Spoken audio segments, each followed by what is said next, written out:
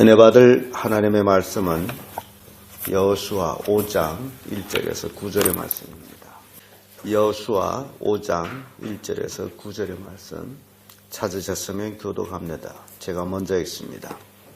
요단 서편의 아모리 사람이 모든 왕과 해변의 가나안 사람이 모든 왕이 여호와께서 요단물을 이스라엘 자손들 앞에서 말리시고 우리를 건너셨음을 듣고 마음이 녹았고 이스라엘 자손들이 영고로 정신을 잃었더라.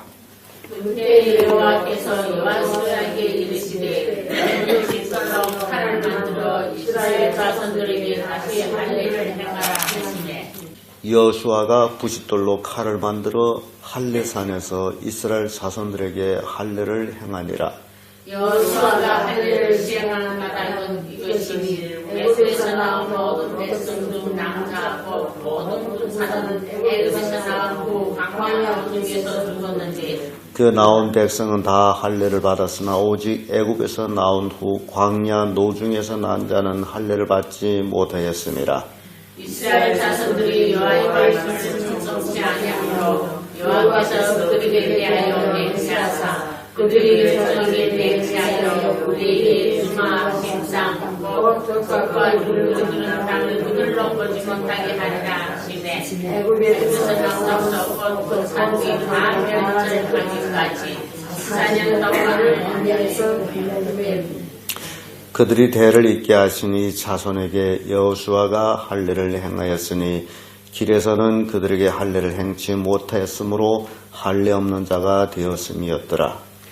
백성에게 할례를 행하기를 백성이 진동하고 서서히서 일어나기를 기다릴 때 다같이 여호와께서 여호수아에게 이르시되 내가 오늘날 애굽의 수치를 너희에게서 굴러가게 하였다 하였으므로 그곳 이름을 오늘까지 길갈이라 하였느니라.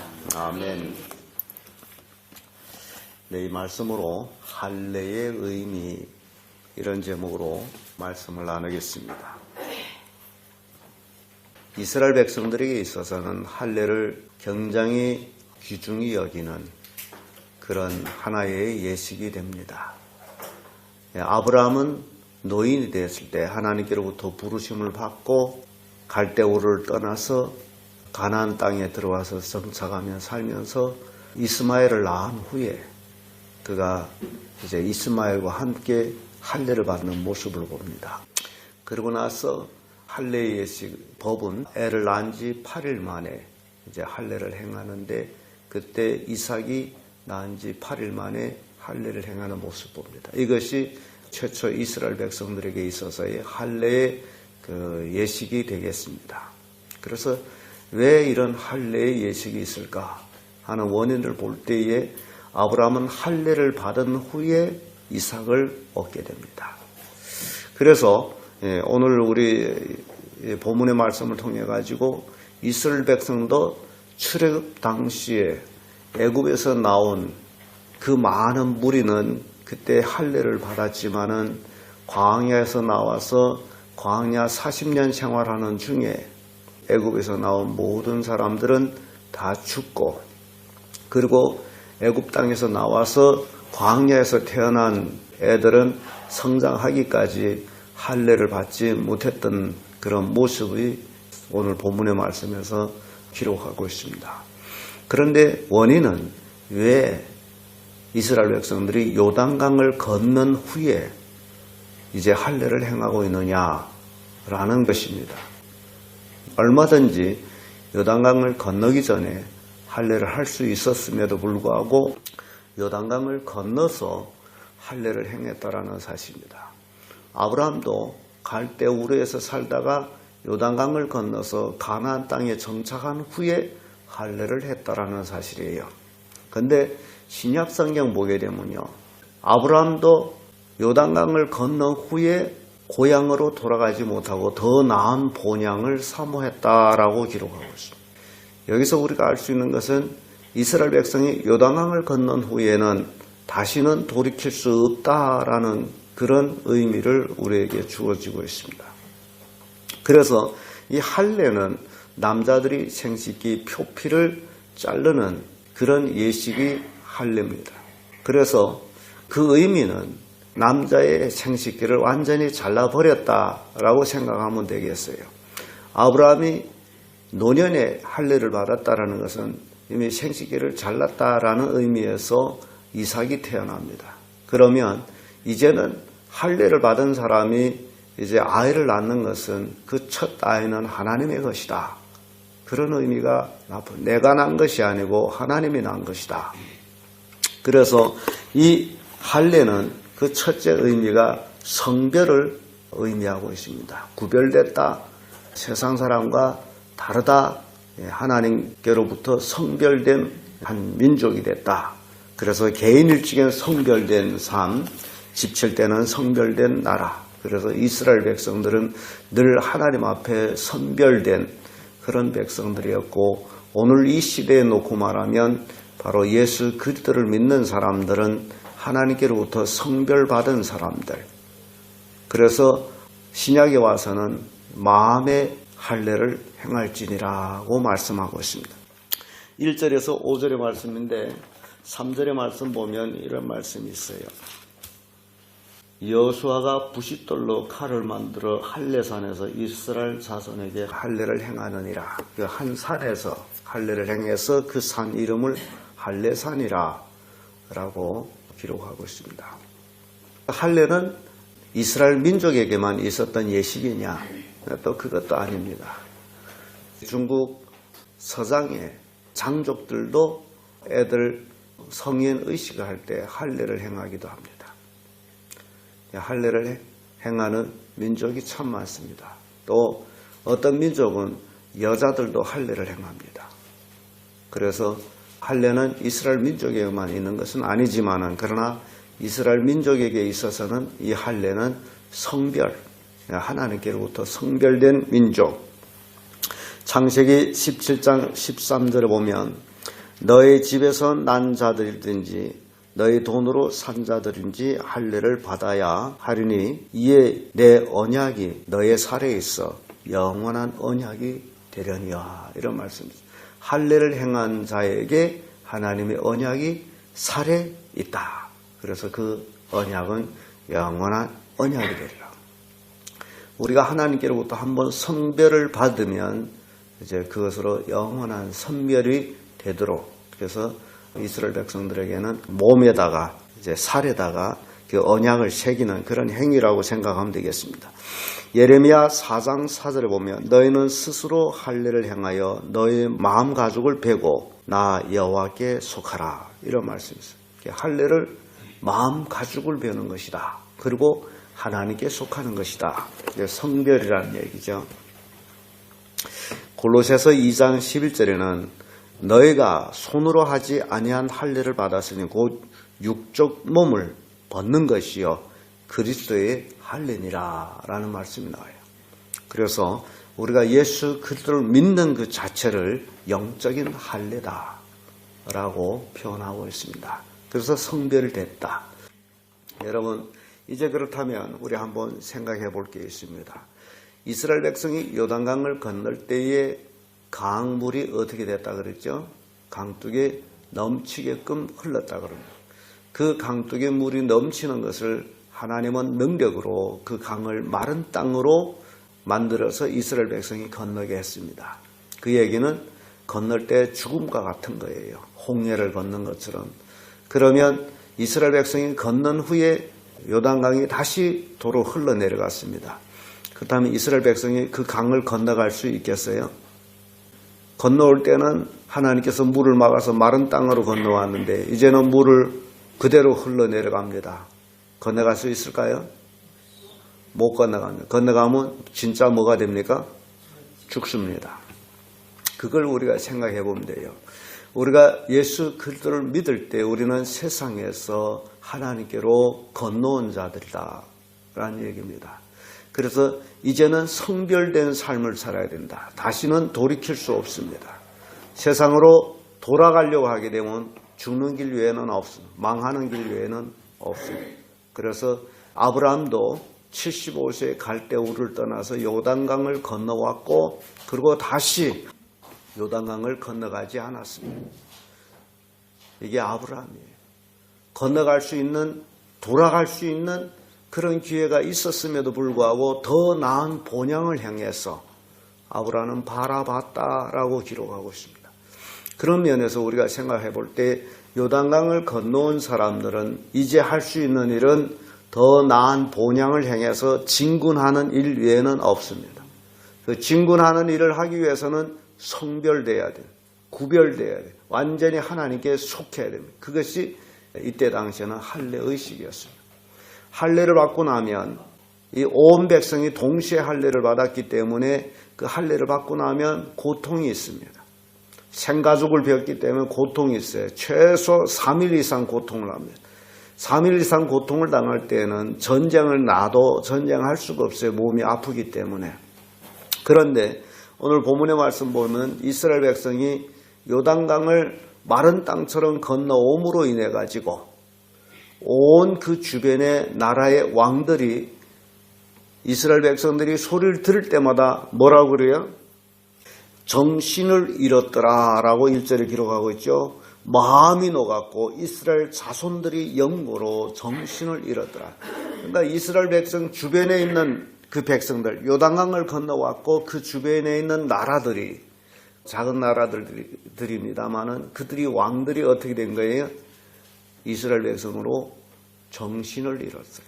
그러니 이스라엘 백성을 쳐들어올 그런 용기나 있겠습니까? 두려워서 벌벌 떠는데.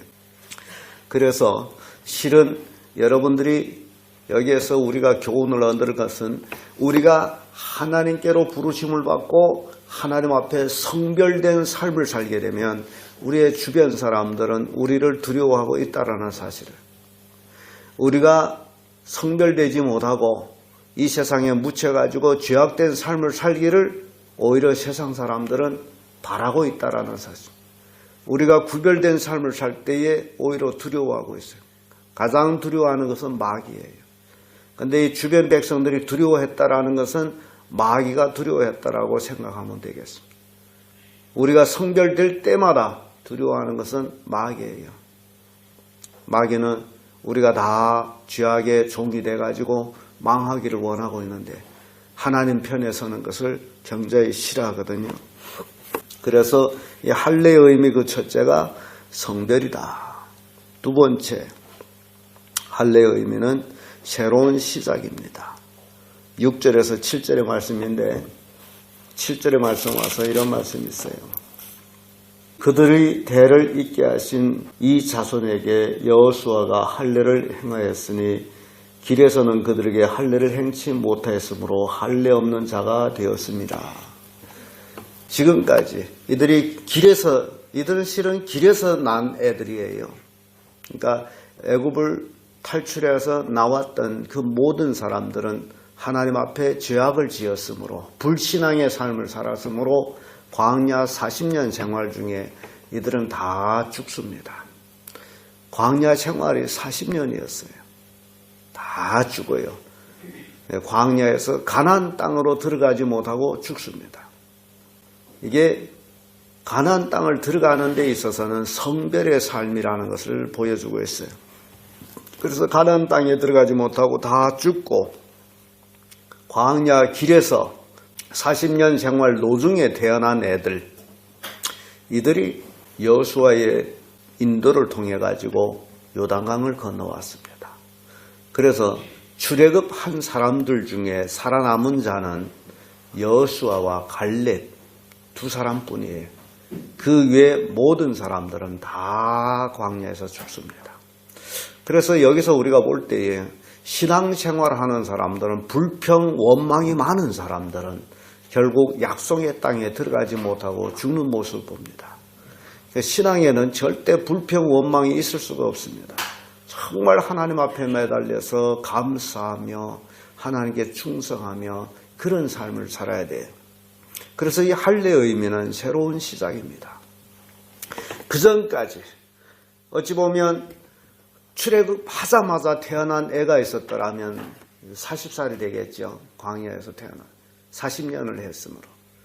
그래서 이 40년간 할례를 행치 못했습니다.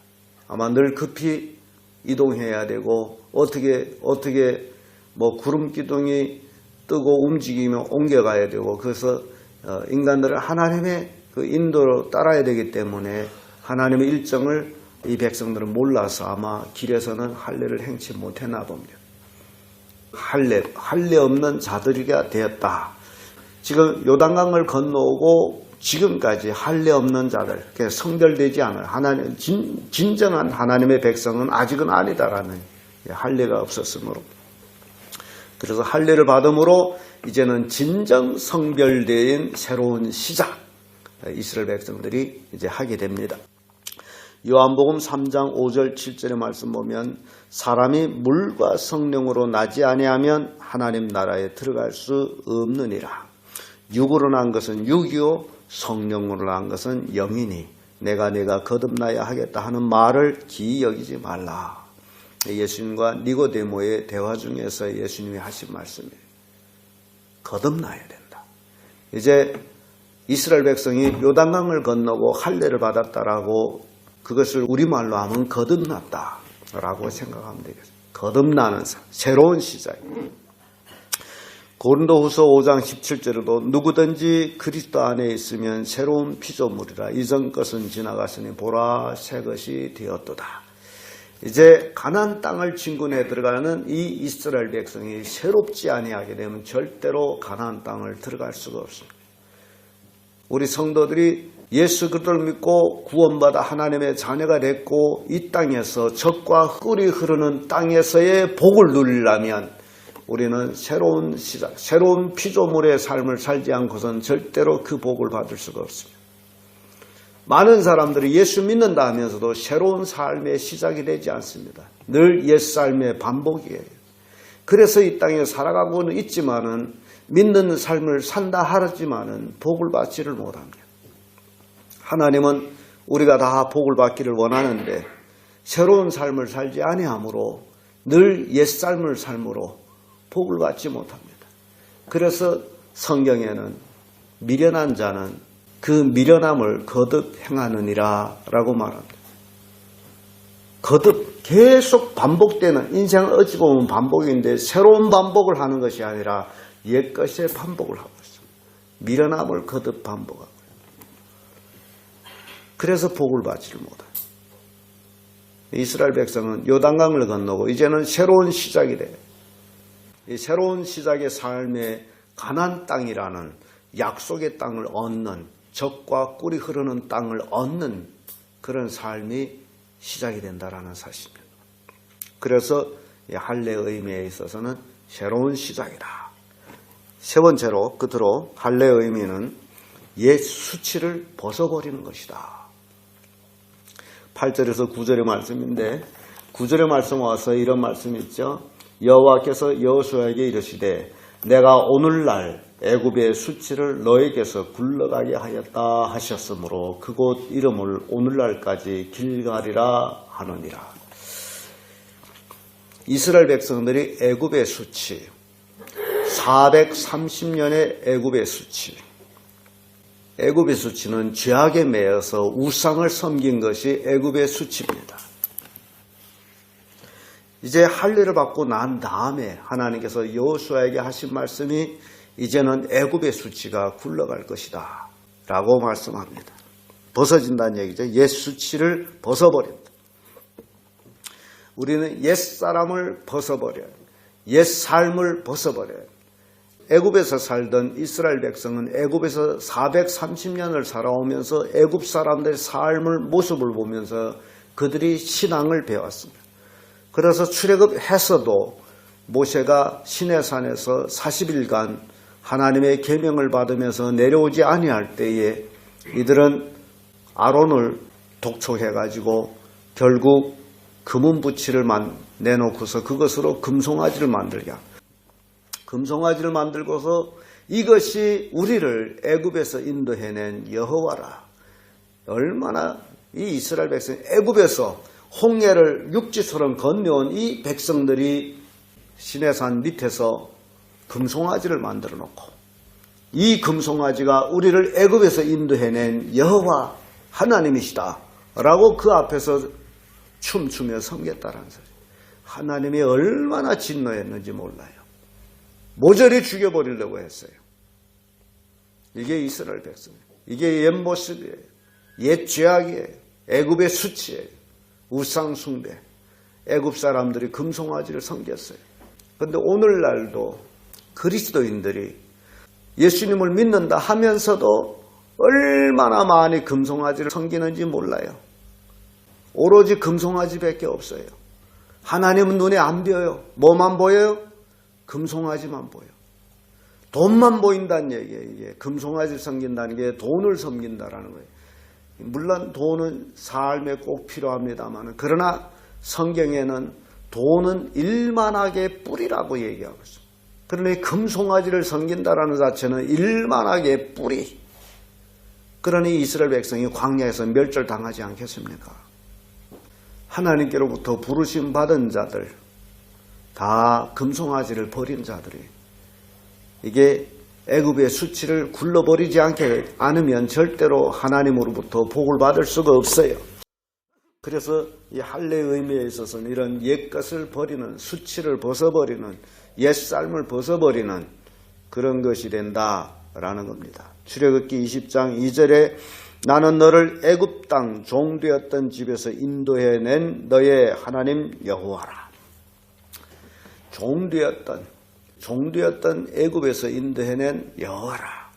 또 갈라디아서 5장 1절에 보면 그리스도께서 우리를 자유케 하려고 자유를 주셨으니 그러므로 굳세게 서서 다시는 종의 멍에를 매지 말라. 종의 멍에. 이제 우리는 하나님 안에서 자유된 자들입니다. 그러니 다른 무엇에 매여서 살지 말라 그 얘기예요. 무엇에 매여 산다는 것은 그 매인대 종이라는 겁니다. 돈에 매여 살면 돈의 노예가 된다라는 사실이에요. 죄에 매여 살면 죄의 노예가 된다라는 사실입니다. 그런데 이스라엘 백성은 할례산에서 할례를 받음으로 이제 하나님께서 애굽의 수치를 굴러가게 하였다라고 말합니다. 우리가 새로운 시작을 할 때 그동안 우상을 섬기고 죄를 섬기고 이 모든 수치가 굴러간다. 그래서 우리는 새로운 피조물의 삶을 살아요. 날마다 하나님의 영광을 위해서 살아요. 이게 그리스도인의 삶입니다. 그래서 오늘 여호수아 5장 1절에서 9절까지의 말씀 속에서 그 할례의 의미를 우리가 생각해 보면서 우리도 마음의 할례를 받고 바로 성별된 그리스도인의 삶으로 새롭게 시작해서 세상 모든 죄악된 것들을 다 굴러보내고 오로지 내가 사는 순간순간에 하나님의 영광을 위해서 사는 그런 그리스도인이 될 때에 약속의 땅, 가나안 땅의 복을 받아서 젖과 꿀이 흐르는 그런 풍성한 축복의 삶을 살게 된다라는 사실을 오늘 본문의 말씀을 통해서 우리에게 교훈을 주고 있습니다. 기도하겠습니다.